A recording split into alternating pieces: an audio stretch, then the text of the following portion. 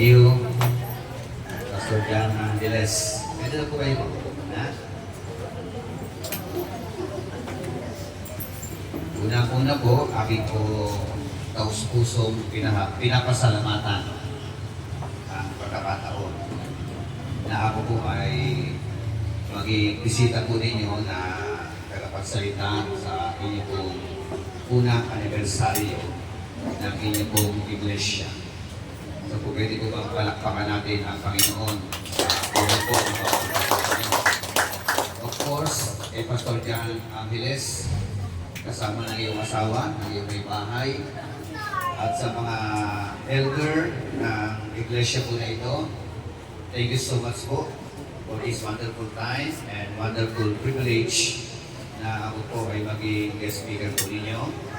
At syempre, gusto ko rin po i-acknowledge ang presence ng atin pong guwapong-guwapo at batang-batang kagawad, Ronald San Miguel. Tama po ba? Thank you, sir. Siguro, ilan taong ka sir? Wala pa. 26 po. 26 pala. Malayo pa ang mararating ni Kagawad. Ano po? Mahaba-habang lakbayin ang mararating ng inyo po putihing Kagawad. Ano po? So, pwede ko bang tumayo po tayo lahat bilang pagpupugay sa Ginoo sa kanyang pong makasalita na atin po pagpupulay-pulayan sa umagang ito.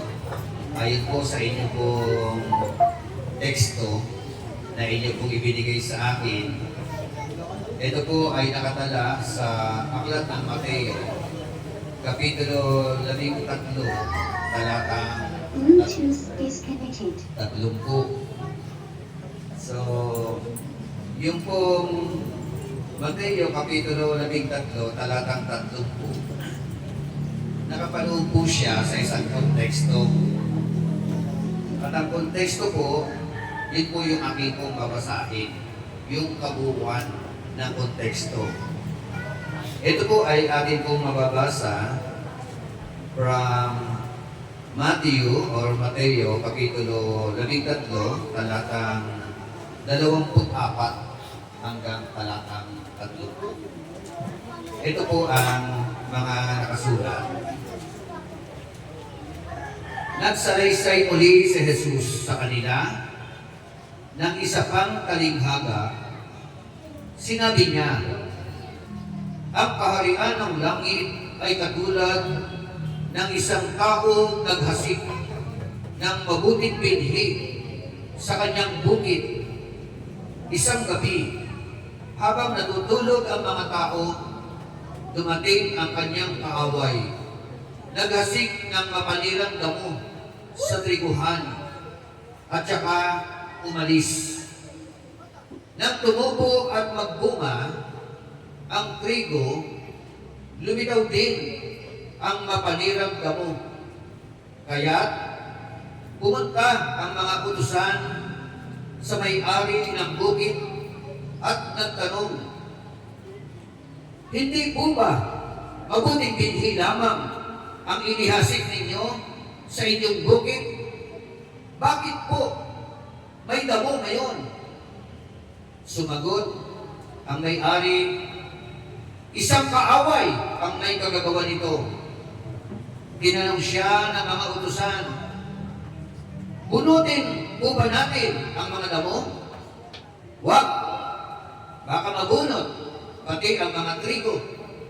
Sagot niya, hayaan na lamang ninyong lumago kapwa ang damo at ang trigo hanggang sa anihan. Sa pag-aani, sasabihin ko sa mga tagapag-ani, ipunin muna ninyo ang mga damo at inyong pagtipis-tipisin at saka sunugin. Pagkatapos, ipunin naman ninyo ang mga trigo sa aking pamalig. Ang Diyos po ang siyang magpala ng kanyang mga salita sa atin pong kalagitnaan. Pwede po ba tayo sandaling yumuko at manalangin? Isang taong singkad, Panginoon. Ginabayan mo po, sinamahan mo po Pinangunahan mo po ang iglesia ito. At iyo pong ginamit, Panginoon, ang iyong abang lingkod sa katauhan ni Pastor Jan, Panginoon. Salamat po, O Diyos. Sa loob ng isang taon na ito, naririto po sila. At sila, Panginoon, kasama kami, ay nagse-celebrate na kanila pong unang taong kaarawan o anniversary. Salamat po, Panginoon, dahil alam ko po na ikaw ang siyang sumama sa kanila. Ikaw ang siyang gumabay sa bawat isa po sa kanila. Nagsisimula pa lamang ang iglesia nito sa kanila po mga journey. And we believe, Father God, sa pamamagitan po ng iyong biyaya, ang iglesia ito, Panginoon, ay iyong pong itinayo sa lugar ng open. Ito po, O Diyos, ay patuloy mo pong sasamahan. Patuloy mo pong gagabayan. Papagtubayan hanggang sa iyo pong muling pagmabalik. Sa iyo ko po ipinagkakatiwala, Panginoon, ang aming po pagbubulay-bulay ng iyong mga salita. Santong Espiritu, ikaw po ang siyang gumalaw at kumilos na makapangyarihan sa amin pong kalagitnaan. At ngayon pa lamang, O Diyos, ibinabalik na po namin sa iyo ang pinakamataas na papurit pagsambal kaluwalhatian sa pangalan ng aming Panginoon, Diyos at tagapagligtas na si Jesucristo. Ang lahat ay magsabi ng Amen at Amen at Amen. Pwede pa palakpakan natin si Lord. Hindi para kay Lord na palakpak. Glory to God in the highest. Sige po, pinito kayo mga po. Bisan pa po, happy and blessed anniversary sa inyo pong lahat. Ano po? Parang majority ang mga elderly. Ano po? Pumalakpak po yung mga may edad na. Sa kanila ay medyo yung mga bata. Ano po? So, the parable of the wheat and tares. Ang talinghaga ng mga damo sa triguhan. Yung talata na ibinigay sa akin ni Pastor, Matthew 13:30. Ito po ang sabi po diyan, allow both to grow together until the harvest. And at the time of the harvest, I will say to the reapers, first, gather up the weeds and bind them in bundles to burn them, but gather the wheat into my barn. So, growing Christ Church together. That is your team. No? Growing Christ Church together. Alam niyo yung talata. Dalawa pong magkaibang uri. Ano po? Isang trigo, isang damo. Trigo at damo. So, yan po, both pareho pong lumabog. Ano po? Kaya, nawa po, ako'y naniniwala sa biyaya at grasya ng ating Panginoon Diyos. Ang magiging majority ng paglago, no po, sa lugar po rito ng open, no? Kayo po ang gagamitin ng Panginoon Diyos. Lumago ang maraming trigo. Amen? Meron pong labanan na magaganap. No? Dalawang uri ng paglago ng mga wicked at paglago ng mga makadiyos. Amen? So, sipatin po natin yung tema, ano po ba ang mga explanation ng talata na ito o ng parable na ito? What are the explanation of the parable of the wheat and the tares? Ano ang mga interpretation, proper interpretation, tamang pakahulugan, patungkol po sa talinghaga ng mga damo sa triguhan. Sabi nga, it is of great importance to observe and recognize the Lord's interpretation of His own parable, for without this, a lot of confusion and contradiction arises. So, napakahalaga po na isaalang-alang yung interpretation ng ating Panginoon in connection to this parable. Why? Pag hindi po natin isinaalang-alang ang interpretation ng ating Panginoon, magkakaroon po ng malaking confusion or problema. Okay, isa-isahin po natin. Sabi po ng talatang 24, Jesus presented another parable to them and saying, the kingdom of heaven may be compared to a man who sowed good seed in his field. Yan po yung una pong sinasabi. So, sabi po dyan, una sa alam-alam natin yung salitang field. So, ano yung field? Yung field po, sabi po dyan, the kingdom of heaven may be compared to a man who sowed good seed in his field. It refers to a piece of land where crops are growing together. It refers to the world that is the whole earth, including all men of all ages and dispensations. So, pwede pong literal na farm. Di po ba? So, pangalawa pong kahulugan, yung pong mundo. Diba? Ang sabi po dyan, ilagay natin sa mundo. So, ang mundo raw po, ayon niya sa kanyang mga salita, naghasik ang Panginoon o naglagay ang Panginoon ng mga mabubuting tao sa lugar ng Opel. Hindi naman katabi ko, included ka ba sa trigo o mabuting tao? Amen?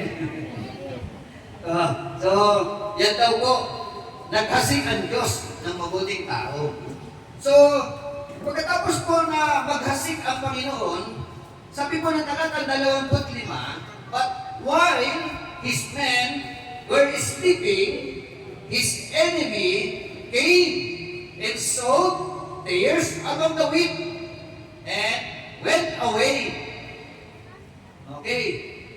Ang Diyos naglagay ng mga mabubuting binhi. Sabi po diyan, kinagabihan. Yung kaaway, sino yung kaaway ng Lord? Si Taning. At saka yung mga demonyo. Di po ba? So, sila po ang kaaway ng Diyos. Ay yung kaaway po, anong ginawa niya? Naghasik din siya. Ano inihasik niya? Yung mga masasamang damo. Hello? So, dalawa lamang po. Mabuting binhi, masamang damo. Tama? So, di ba po kasabihan kapag masamang damo, matagal mamatay? Pero alam niyo po ba, kaya hinahayaan ng Lord na mabuhay pa yung mga masasamang damo upang yung mga masamang damo ay patauhan. Tama? Upang sila ay makakilala din sa Panginoon. God gave them an opportunity to occupy space here on earth continually upang sa ganon, darating ang araw na yung mga sama-samang damo na ito, yung mga mahasikan naman ng mga mabubuting binhi. No? Kayo po yung maghahasik noon. Di ba? Binhi ng salita ng Diyos ang atin pong ihasik sa mga masamang damo. Okay, alam naman natin, sa Diyos walang imposible. Tama po ba? Kahit na gaano ka kasama. Tama? Kapag ka ikaw po ay pinilos at hinipo ng ating Panginoon Diyos, kaya kanyang paguhin. Amen. So, yan po yung mga sinasabi po ng kanya pong mga salita. Kaya, ang target natin, growing Christ Church together. Amen? Ang hahad lang dyan, yung pag-grow ng mga wicked together. Tama? Kaya tayo pong lahat, sa pangunguna ng inyong pastor, tayo po ay patuloy po na hahayo, mag-i-invite, no? Mag-aakay ng mga tao dyan sa labas upang sa ganon, kapag sila ay nakapagkinig ng Ebanghelyo, ng mabuting balita, sila po ay makakasama ninyo na maglilingkod sa Panginoon na pawang mga binago ang buhay ng ating dakilang Diyos. Amen po ba? Amen. So, yan po yung atin pong gampanin. Lagi po may labanan, lagi po may tigmaan. Kaya po, nung makita ko nga yung talata, sabi ko, may Christ Church together Talatang 34. Ayun pala kaakibat ko, dalawa pala yung lumalago dito, pastor Diba? Lumalago ang mga mabubuting binhi, lumalago din yung masamang tabo. Diba? Kaya kailangan po natin, habang tayo po ay naririto sa mundo na ito, pagtulong-tulungan po natin na abutin ang mga masamang damo. Tama ba? Yayain natin yung mga masamang damo dyan sa labas. No? Makapakinig ng Ebanghelyo. Upang sila ay magsipagtiro. Tama po ba? Upang sila ay magsilapit din sa Panginoon katulad ng inyong mga ginawa. No? Alam niyo po, kami po, mga personal, dati rin po kami masamang damo. Masamang tao, kumbaga. At biyaya lang din na atin po Panginoon Diyos na kami po ay baguhin ng ating Panginoon. Amen? Alam niyo po ba, naniniwala po ba kayo? O nasa itsura ko po ba, ako dating naging adik? Wala na sa itsura, di po ba? Nabura na yung itsura. So, pero alam niyo po, pinagdaanan din po namin yung ganyan mga uri ng mga buhay. At sa tulong at biyaya at grasya ng ating Panginoon Diyos, ayun po, isa po kami, o isa po ako, sa inabot ng Panginoon, at ngayon ay binigyan ng isang buhay na punong-puno ng pagpapala at punong-puno ng kaayusan at katiwasayan ng ating po mga buhay. Amen? Kaya nakita ko po walang bagay na imposible sa Panginoon Diyos. Amen po ba? Amen. Okay? Tuloy ko po, no? Sabi po ng talata 26, but when the wheat is sprouted and more grain, then the tares became evident also. O tingnan nyo sabi roon, ng talata 26, ito Tagalog para lalo maging klarado sa bawat isa sa inyo. Nang tumubo at magbunga ang trigo, lumitaw din ang mapanirang damo. Parehong tumutubo. Diba?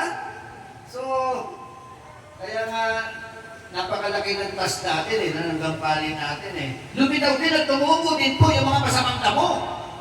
Di ba ba? So, dito po kaya sa Robby, sa palagay ninyo, sa open.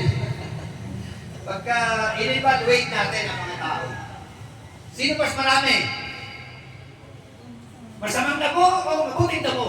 O mabuting binhi? Diba? Sino mas marami? Masamang damo? Okay, so natin, open yan, buhay, no? So, kung pupunta tayo sa mga bahay ninyo, sa tahanan, alin na mas marami? Diba? Masamang damo o mabuting binhi? Sino po dito ang nag-iisa lang na nagpupunta rito every Sunday? Isa lang po kayo? Isa lang. Kumusta yung mga anak? Kumusta yung mga asawa? Sabi ni Madam sumalangit nawa. Di ba? Ang mahirap po kasi problema yung suma kabilang bahay. Di ba? So, bagay natin sa bahay, sa tahanan. Kumusta? Alin ang mas marami? Masamang damo? O mabuting binhi? Di ba? Minsan nga nag-iisa ka lang na naglilingkod kay Lord. Yung ibang miyembro ng pamilya mo, nananatili pa rin pasaway. Nananatili pa rin sakit ng tahanan, sakit ng lipunan. O sabi ni Madam, ikaw naman sabi, hindi ako. Patuloy ang, paglalasing. Ito ba? Yung iba pa nga, baka nagsasyabu pa. Hello? Diba? Tingnan niyo po. Talamak ang bisyo. Talamak sa community natin yung mga bisyo na yan. Yayain mo gumawa ng kalokohan, nagmamadali. Tama? Pare, inom tayo. Tagay. Nagmamadali. Yayain mo magsimba. Ano sabi? Busy. So, realidad po ng mga nagaganap.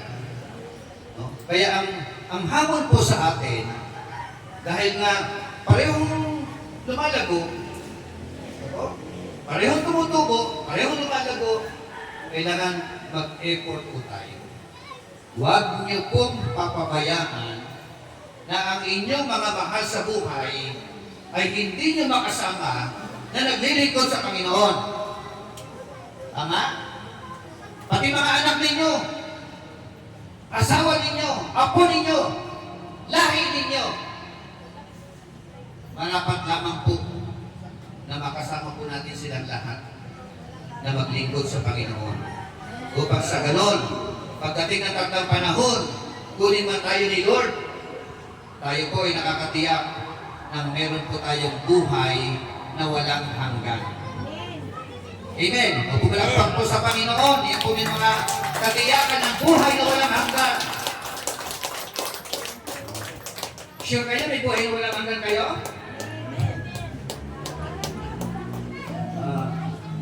Ang buhay na walang hanggan, makakanta niya sa pamamagitan ng tamang relasyon kay Lord. Amen. Kasi yung mata mo, no? Okay. Tuloy ka lang yung ating argumento dito. Sa talatang 27, nasabi roon ng mga slaves. The slaves of the landowner came and said to him, Sir, did you not sow good seed in your field? How then does it hurt at the ears? Ang tanong po ng mga lingkod, ng mga alipin, Sir, Panginoon, di ko ba ang inihasik ninyo ay mga mabubuting binhi lang? Bakit po may mga masamang damo? Tapos sumunod na pakiusap nila, Sir, pwede bang bunutin na natin ang mga masamang damo? Yun ang sumunod ng pangungusap no? Pagbunot na Pero pinahintulutan pa? No?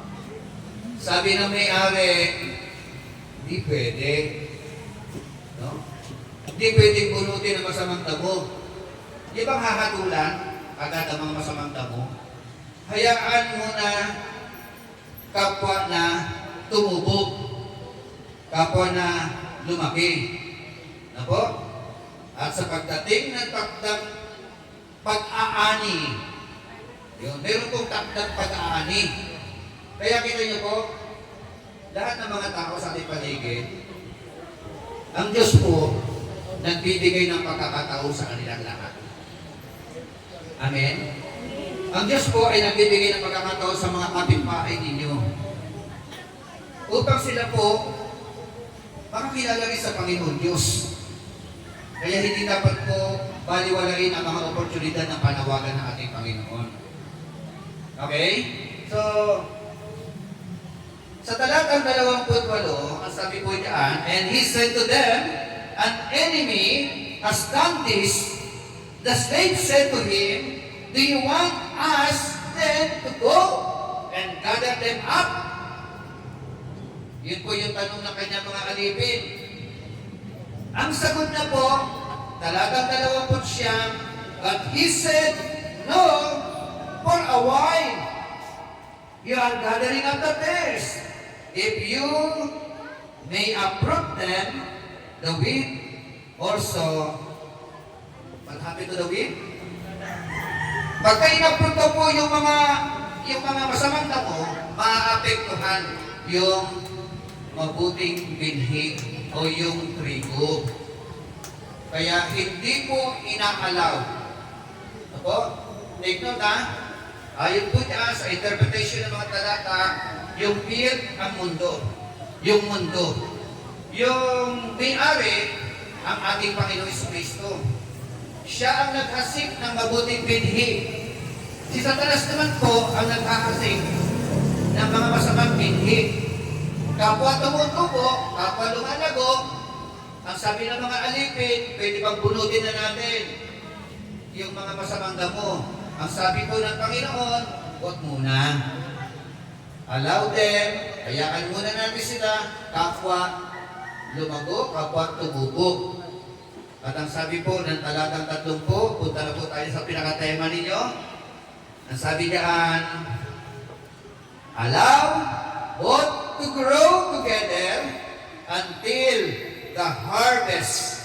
And in the time of harvest, I will say to the rivers, first gather up the tares and bind them in bundle to burn them up, but gather the wheat into my barn. Ito po yung pinaka-conclusion ng talinghaga ng damo at trigo. No? Yung damo sa triguhan. Na ang sabi po ulit dyan, hayaan natin o pabayaan na sila ay mag-grow together. Both grow together. Amen. At ang sabi roon, hanggang kailan? Until the harvest. Hanggang sa pag-aani. Amen? At pagdating ng pag-aani, meron pong separation. Tama? I-separate ang mga damo sa kabilang bahagi, ilalagay sa kabilang bahagi ang mga trigo. Tama? So, what happened?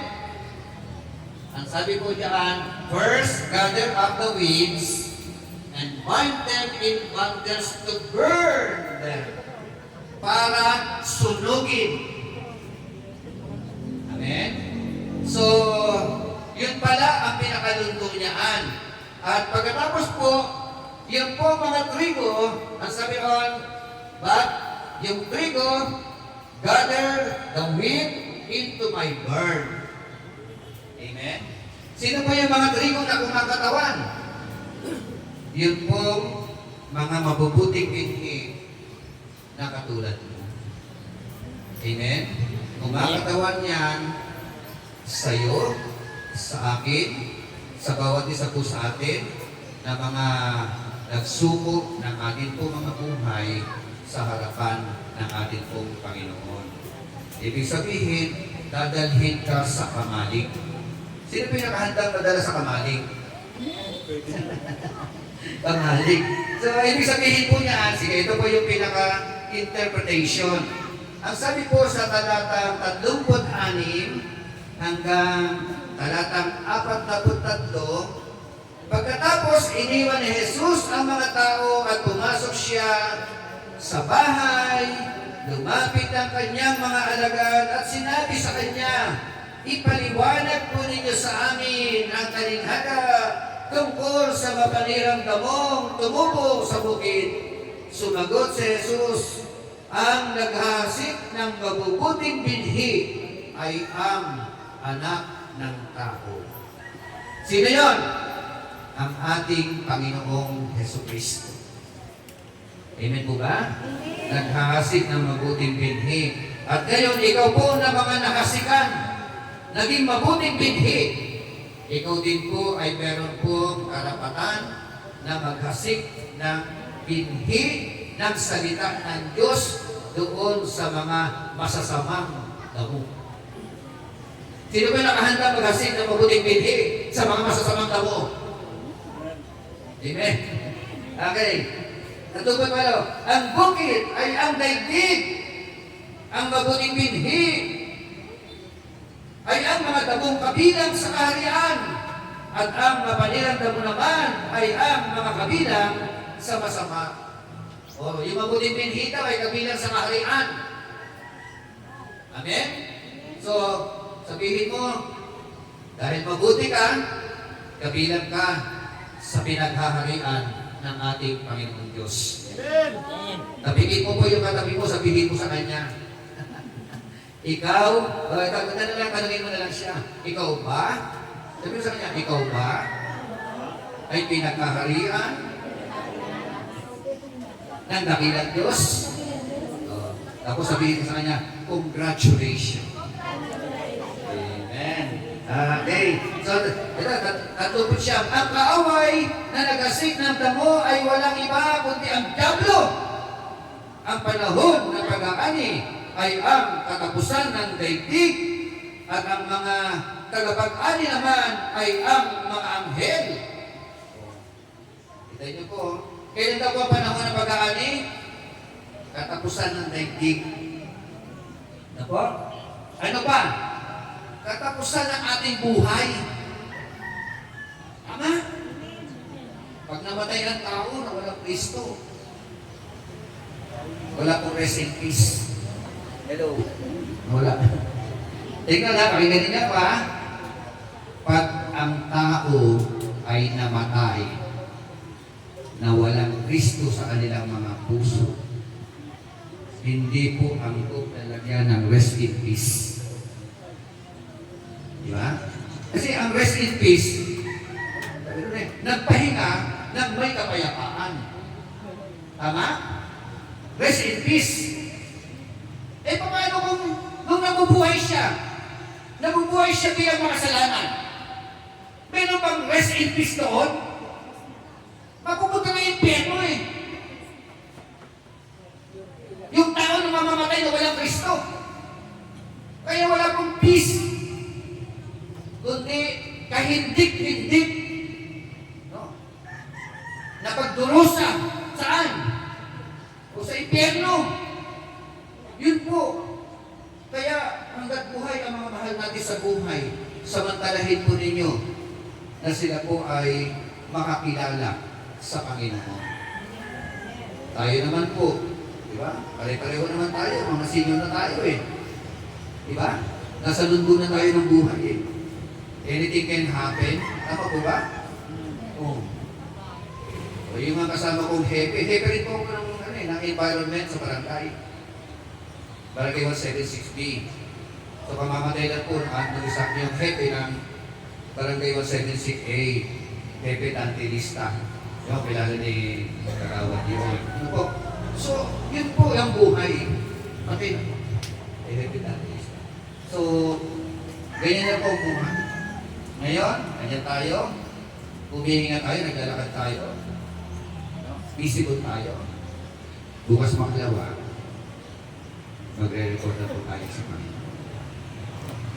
Kaya, ang hamon po sa bawat sa po sa atin, hanggat buhay ka, hanggat malakas ka, lubusan na po natin isuko ang ating mga buhay sa harapan ng ating Panginoon Diyos. Amen. Upang sa ganon, makakatiyak po tayo, pag dumating ang harvest time, pag dumating ang kamatayan, we are all surely 100% going to heaven kasama ang ating mapagmahal na Diyos na nagmahal at umibig sa bawat isa sa atin. God bless po. Happy anniversary sa iglesia kong ito. So, thank you so much for your time. Thank you so much for the wonderful opportunity na ako po ay nakapagbahagi ng mabuting balita ng kaligtasan mula sa Panginoon. Kayo po kayo lahat. Gusto ko pumasal sa panalangin. Dakilan Diyos, salamat po sa umaga po ito. Salamat, Panginoon, dahil sa kabila po na 1 taon pa lamang ang iglesia dito. Nakita ko po, Panginoon, ang progresibo, Panginoon. Nakita ko po, Panginoon Diyos, ang iyong galaw, Panginoon. Una sa buhay ni Pastor Jan. Salamat po. At sa kanyang mga miyembro na ito ay pinagkatiwala sa kanya. Kayaan mo po, Panginoon, na ang mga miyembro ito ay patuloy po na maging mga masigasig na maglingkod sa iyo, Panginoon, sa pamamagitan po ng iglesia ito, Panginoon, na iyo po ay tinayo. Pagpalain mo po silang lahat at akin po inaangkin, Panginoon, na ang iyong lingkod na ito ay iyo pong itataas, Pastor Jan Apeles. Ibigay mo po siya, Panginoon Diyos, ng isang lugar, magandang lugar, Panginoon, na kanyang pagtatapusan ng kanyang mga gawain o ng iyong mga gawain, Panginoon Diyos. I declare, Father God, blessings upon blessings be upon the life of Pastor Jan Apeles together sa kanyang asawa, kanyang mga anak. I declare blessings upon blessings, Panginoon, sa kanyang mga taga-subaybay, sa kanyang mga constituents, Panginoon. Bless them, Lord, altogether. At dinakit po namin ang prayer na ito. It shall come to us. Mangyayari, Panginoon, sa buhay ng iyong lingkod, ang mga pakitain namin na ito. Thank you, Lord, and we give you praises, glory, and honor. This is our very prayer in the mighty name of our Lord Jesus Christ. Amen, and amen, and amen. Palakpakan natin si Lord. Hallelujah.